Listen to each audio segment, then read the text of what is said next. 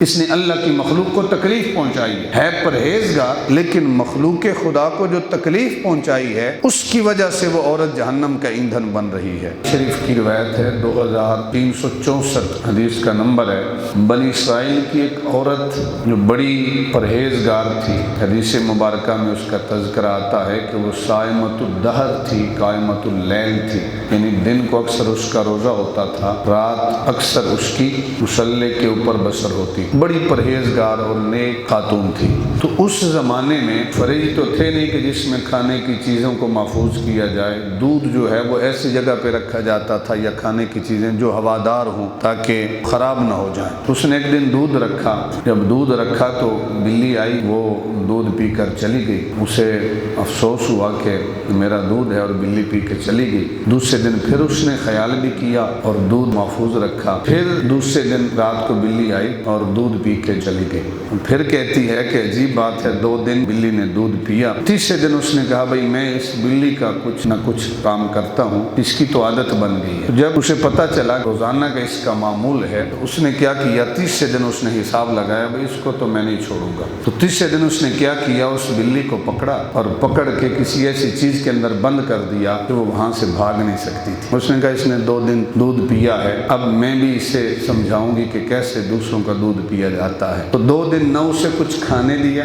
نہ کچھ پینے دیا، سزا کے طور پہ اسے بند کیے رکھا۔ اللہ کا کرنا ایسا کہ وہ بلی 2 دن کے بعد مر گئی، بھوک اور پیاس کی وجہ سے۔ جب بلی مر گئی، حدیث پاک میں آتا ہے کہ جیسے ہی بلی مری، اللہ رب العزت نے اس عورت کو جو پرہیزگار تھی، جس کے پرہیزگاری کے چرچے لوگوں میں مشہور تھے، اللہ رب العزت نے اس عورت کو اس بلی کو تکلیف دینے کی وجہ سے جنت سے اس کا نام نکال کے اہل جہنم میں اس کا نام شامل کر دیا۔ یہ عورت قیامت کے دن آئے گی تو جہنم میں جائے گی، کیوں؟ اس نے اللہ کی مخلوق کے اوپر رحم نہیں کیا۔ ایک طرف یہ عورت ہے، یہ بھی صحیح بخاری شریف کی روایت ہے، اور دوسری روایت جو ہے وہ بھی صحیح بخاری شریف کی ہے کہ یہ پارسا عورت ہے، جو دوسری عورت ہے وہ گناہگار ہے، بدکارہ ہے۔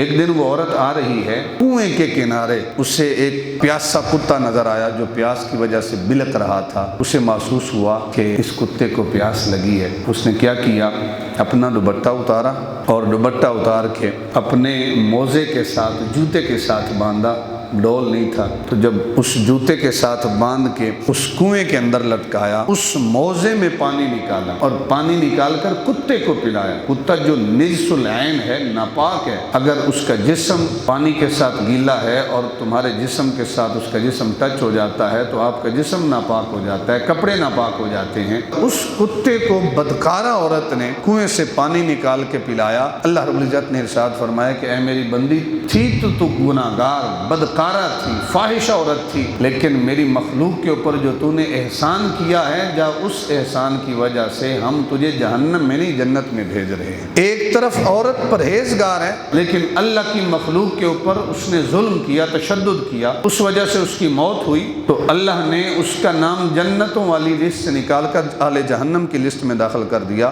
دوسری طرف جو عورت ہے وہ بدکارہ ہے، لیکن ایک کتے کو پانی پلانے کی وجہ سے اللہ رب العزت نے اس عورت کو جنتی بنا دیا۔ تو یہ ہے کہ جب آپ اللہ کی مخلوق کے اوپر احسان کرتے ہیں، اللہ رب العزت آپ کو اس کا اجر اور ثواب عطا کرتا ہے اور آپ کو اہل جنت میں سے شامل کرتا ہے۔